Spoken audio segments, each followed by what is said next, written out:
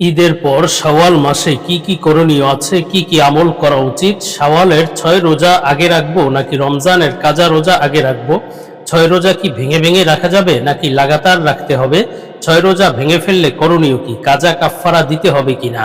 আসসালামু আলাইকুম ওয়া রাহমাতুল্লাহি ওয়া বারাকাতুহু। প্রিয় দর্শক, মনোযোগ সহকারে ভিডিওটি শেষ পর্যন্ত দেখুন, অন্যথায় কোনো মাসআলায় ভুল বোঝার সম্ভাবনা থাকে।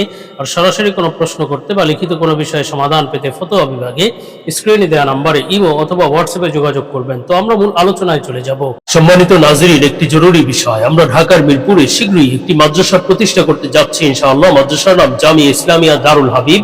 মাদ্রাসায় শিশু শ্রেণী থেকে নিয়ে নুরানি বিভাগ, নাজেরা ও হিফজ বিভাগ এবং কিতাব বিভাগ থাকবে ইনশাআল্লাহ, মহিলা ও পুরুষ শাখা। সুতরাং আপনার সন্তানকে ভর্তি করার জন্য যোগাযোগ করতে পারেন এবং দেশ ও প্রবাস থেকে কেউ দান, অনুদান ও সহযোগিতা করতে চাইলে স্ক্রিনে বিকাশ, রকেট, নগদ নাম্বার এবং ব্যাংক অ্যাকাউন্ট দেওয়া আছে, সহযোগিতা করতে পারেন। আমরা সরাসরি প্রশ্নের জবাবে চলে যাই। প্রশ্ন ছিল, শেখ, 6 রোজা ভেঙে ফেললে করণীয় কি? কাজা কাফফারা দিতে হবে কিনা? দেখুন, 6 রোজা যেহেতু নফল বা সুন্নত রোজা, আর সাধারণত ফরজ রোজার সাথে কাজা এবং কাফফারার প্রশ্ন আসে। কাজার প্রশ্ন বা কাজার বিষয়টি উভয় প্রকার রোজার সাথেই সংশ্লিষ্ট। ফরজ, ওয়াজিব অথবা সুন্নত রোজা যেগুলো আছে, নফল রোজা, এগুলো যদি কেউ রেখে ভেঙে ফেলে তাহলে কাজা অবশ্যই করতে হবে। কেননা কাজা রোজা এটি যেমন রমজানের রোজা রাখতে হয়, রমজানের রোজা ভেঙে ফেললে বা না রাখলে যেমন কাজা রোজা রাখতে হয়, কিন্তু নফল রোজা রেখে যদি কেউ ভেঙে ফেলে তাহলে ওই রোজার কাজা করতে হবে। তবে কাফফারার সম্পর্কটা শুধুমাত্র রমজানের ফরজ রোজার সাথে। ফরজ রোজা যদি কেউ ইচ্ছাকৃত ভেঙে ফেলে বিশেষ শর্ত সাপেক্ষে, তাহলে তার উপর কাজা এবং কাফফারা উভয়টি ওয়াজিব হয়। কিন্তু ফরজ রোজা ছাড়া অন্য যেই রোজাগুলো আছে, অর্থাৎ রমজানের রোজা ছাড়া অন্য যেই রোজাগুলো আছে, এগুলো রোজা রেখে ভাঙা যাবে না। কিন্তু কেউ ভেঙে ফেললে তাহলে শুধু কাজা করতে হবে, কাফফারা দিতে হয় না। আমরা পরবর্তী প্রশ্নের জবাবে চলে যাই। প্রশ্ন ছিল, 6 রোজা কি ভেঙে ভেঙে রাখা যাবে নাকি লাগাতার রাখতে হবে? দেখুন, 6 রোজা শাওয়ালের 6টি রোজা আছে, সেই 6 রোজা আপনি লাগাতার রাখা জরুরি না। লাগাতারও রাখতে পারেন, ভেঙে ভেঙেও রাখতে পারেন। তো সেক্ষেত্রে কেউ যদি একদিন একটা রাখলো, এরপরে 2-1 দিন পরে আরেকটি রাখলো, এভাবে যদি শাওয়াল মাসের মধ্যে, পুরো শাওয়ালের মধ্যে 6টি রোজা কমপ্লিট করে, তাহলে সে 6 রোজার ফজিলত লাভ করবে। একসাথে রাখা জরুরি নয়। তো আমরা পরবর্তী প্রশ্নের জবাবে চলে যাই। প্রশ্ন ছিল, শাওয়ালের 6 রোজা আগে রাখবো নাকি রমজানের কাজা রোজা আগে রাখবো? দেখুন, শাওয়াল মাসের 6 রোজা এটি অত্যন্ত গুরুত্বপূর্ণ একটি রোজা, গুরুত্বপূর্ণ একটি আমল। তো 6 রোজা রাখলে কি ফাজাইল আছে তা আমরা পরবর্তীতে আলোচনা করছি। আসলে 6 রোজা যদি কেউ রাখতে চায় তাহলে সে এটা আগে রাখতে পারে। আর কাজা, যেই রোজাগুলো কাজা হয়ে গিয়েছে সেই রোজাগুলো চাইলে আগে রাখতে পারে।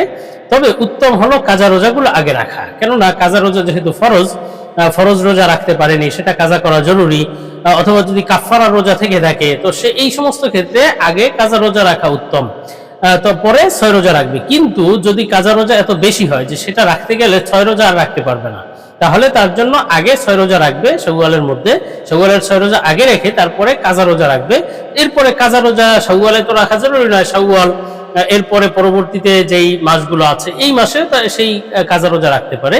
তবে শাওয়ালের 6 রোজা যেহেতু শুধু শাওয়ালের সাথে সংশ্লিষ্ট, এজন্য শাওয়ালের মধ্যেই যেন 6 রোজা রাখতে পারে সেভাবেই আমল করা চাই। আমরা পরবর্তী প্রশ্নের জবাবে চলে যাই। প্রশ্ন ছিল, ঈদের পর শাওয়াল মাসে কি কি করণীয় আছে, কি কি আমল করা উচিত? দেখুন, ঈদের পর শাওয়াল মাসে বেশ কিছু আমল রয়েছে। অত্যন্ত গুরুত্বপূর্ণ একটি মাস শাওয়াল মাস এবং ফজিলতপূর্ণ একটা মাস। হাদিসের মধ্যে আছে, মুসলিম শরীফের বর্ণনা, সহিহ মুসলিমের হাদিস, নবীজি সাল্লাল্লাহু আলাইহি সাল্লাম বলেন, যে ব্যক্তি রমজানের রোজা রাখলো, রমজানের 30টা বা যেই কয়টা রোজা হয়েছে 29টা বা 30টা, এই রোজা রাখার পরে সারা মাস রোজা রেখেছে, এরপরে শাওয়াল মাসে কেউ যদি 6টা রোজা রাখে তাহলে সে সারা বছর রোজা রাখার সওয়াব লাভ করলো। আলহামদুলিল্লাহ, বড়ই সৌভাগ্যের বিষয় যে বান্দাদেরকে আল্লাহ তাআলা এই সারা বছর রোজা না রেখেও সারা বছর রোজা রাখার ফজিলত লাভ করার পদ্ধতি দিয়ে দিয়েছেন। এজন্য শাওয়াল মাসের 6টি রোজা প্রথমত গুরুত্বপূর্ণ একটি আমল। শাওয়াল মাসে 6টি রোজা রাখবেন। ইতিপূর্বে আলোচনা করেছি এ সম্পর্কে যে এটা লাগাতার রাখা জরুরি না, একসাথেই 6টা রাখতে হবে এমন নয়, ভেঙে ভেঙে পুরো শাওয়ালের মধ্যে রাখলেই যথেষ্ট। এরপরে শাওয়াল মাসের আর এক আমল হলো, যেহেতু রমজান মাস বিদায় হয়ে গিয়েছে, আর রমজান মাসের পরবর্তী রমজান মাস আল্লাহ তাআলা আসলে কেন দিয়েছিলেন এটা বুঝতে হবে। রোজা আমাদেরকে কেন দিয়েছিলেন? কুতিবা আলাইকুমুস সিয়ামু কামা কুতিবা আলাল্লাযীনা মিন ক্বাবলিকুম লাআল্লাকুম তাত্তাকুন। আল্লাহ তাআলা বলেছেন যে আমি রোজা দিয়েছি, রোজা ফরজ করেছি যাতে তোমরা মুত্তাকি হতে পারো। তো রমজানের একটা ফজিলত বা রমজানের একটা উদ্দেশ্য হলো মুত্তাকি হওয়া, তাকওয়া লাভ করা। এই জন্য তাকওয়া আমরা রমজানে সাধারণত গুনাহ থেকে বেঁচেছি, নিজের চাহিদাকে, যৌন চাহিদাকে, নিজের খানাপিনার চাহিদাকে, বিভিন্ন ধরনের চাহিদাকে আমরা সংযত করেছি, সংযত করে খারাপ কাজ থেকে বিরত থেকেছি, ভালো কাজগুলো করেছি, সওয়াবের কাজ বেশি বেশি করেছি। তো এই যে একটা ইবাদতের যে একটা স্পৃহা, ইবাদতের যে একটি জোয়ার রমজানে ছিল, এটা যেন কন্টিনিউ করা যায়, সেটার প্রথম মাস হলো শাওয়াল মাস। অর্থাৎ আমরা যে তাকওয়া অর্জন করেছি, গুনাহ থেকে বেঁচেছি, সেটার প্রথম পরীক্ষার ক্ষেত্র হলো শাওয়াল মাস।